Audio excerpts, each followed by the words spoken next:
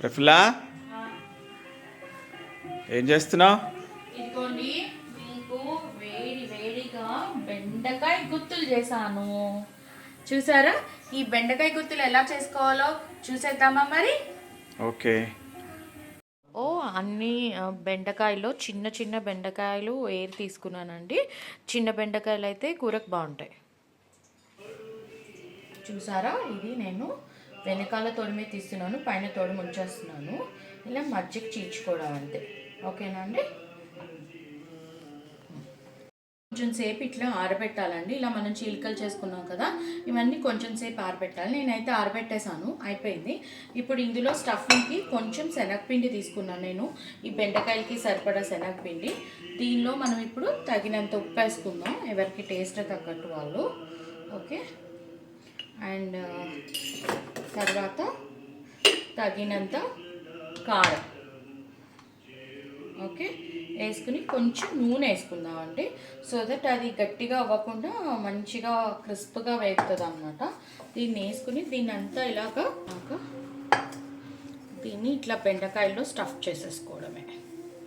So ఎవరైనా బెండి 65 మనకి మామూలుగా ఫంక్షన్స్లో పార్టీస్లో చేస్తారు కదండి క్యాటరింగ్ వాళ్ళు.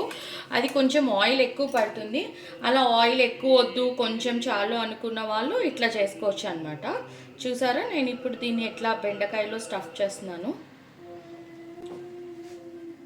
సో ఇట్లా ఇట్లా స్టఫ్ చేసుకోవడమే. ఒక్కొక్కటి ఇట్లా స్టఫ్ చేసుకున్నాక దీన్ని నూనెలో వేసి వేయించుకోవడమే. ఈ బెండకాయల్లో ఇది మనం ఇంత కలిపిన శనగపిండి అంతా స్టఫ్ చేసేసుకున్నానండి ఇట్లాగా. ఓకేనా? ఇప్పుడు మూకుడు పెట్టేసాను నేను. మూకుడు వేయడాక కొంచెం ఆయిల్ వేద్దాం. కొంచెం వేస్తే సరిపోతుందండి, ఎందుకంటే ఆల్రెడీ అందులో ఆయిల్ ఉంది కాబట్టి కొంచెం ఒక 2 స్పూన్స్ ఆయిల్ సరిపోతుంది. ఓకే. ఇప్పుడు నెమ్మదిగా ఇవి ఇట్లా కొంచెం కొంచెం వేద్దాం, ఒక్కొక్కటి వేద్దాం.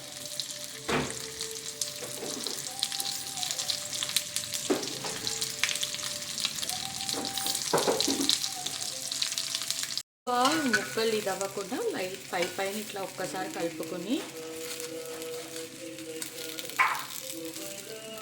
కలుపుకొని అలా ఉంచేసేయండి. మూత పెట్టద్దు. మూత పెడితే బెండకాయలోకి వాటర్ వచ్చేస్తుంది.